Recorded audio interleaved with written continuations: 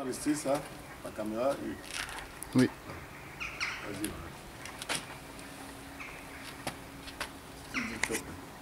Voilà, vas-y.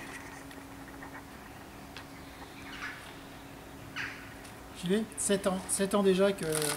Folfax nous a quittés suite, je dirais, à une triste affaire. Et aujourd'hui encore, 7 ans après, des personnes encore sont là pour commémorer en fin de compte ce moment tragique donc, qui a pu se passer le 1er mai 2008. Aujourd'hui encore, des personnes encore subissent des violences. Aujourd'hui, j'ai une grande pensée pour tous ces Africains qui tentent leur vie en traversant la Méditerranée.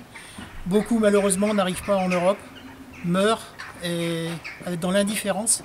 Aujourd'hui, certains politiques commencent à s'intéresser justement à, je dirais, ces tristes personnes qui, on se pose la question pourquoi ? Pourquoi quitter son pays comme ça? Qu'est-ce qu'ils subissent? Et aujourd'hui, est-ce qu'il ne serait pas judicieux que l'Europe, enfin, se décide à prendre à bras-le-corps et de regarder un petit peu ce qui se passe et s'il n'y aurait pas moyen de les aider, mais de les aider dans leur pays, plutôt qu'ils prennent le risque de prendre le bateau, que le bateau se renverse et que ça fait 700, 800, 900 morts. Aujourd'hui, encore là, à Merckx-Plat, on déplore il y a 7 ans un décès. Moi, j'étais dans l'avion. J'ai vu ce que M. Folfax a subi, les souffrances qu'il a eues. Au nom de quoi? Pourquoi? Tout simplement pourquoi? Parce qu'il espérait une vie meilleure dans un pays qui était la Belgique. Apparemment, il était régularisable. Aujourd'hui, il a perdu l'envie de vivre parce qu'on ne lui a pas donné cette possibilité-là.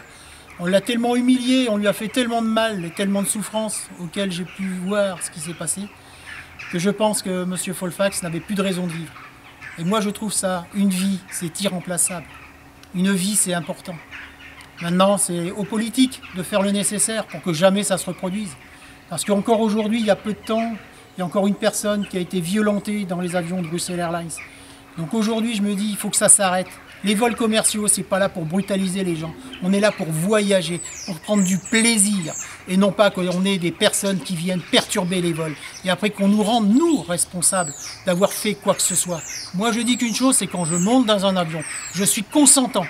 Malheureusement, il y a des personnes qui sont dans des vols commerciaux qui ne sont pas consentants. Et malheureusement, ils n'ont rien à faire sur un vol commercial.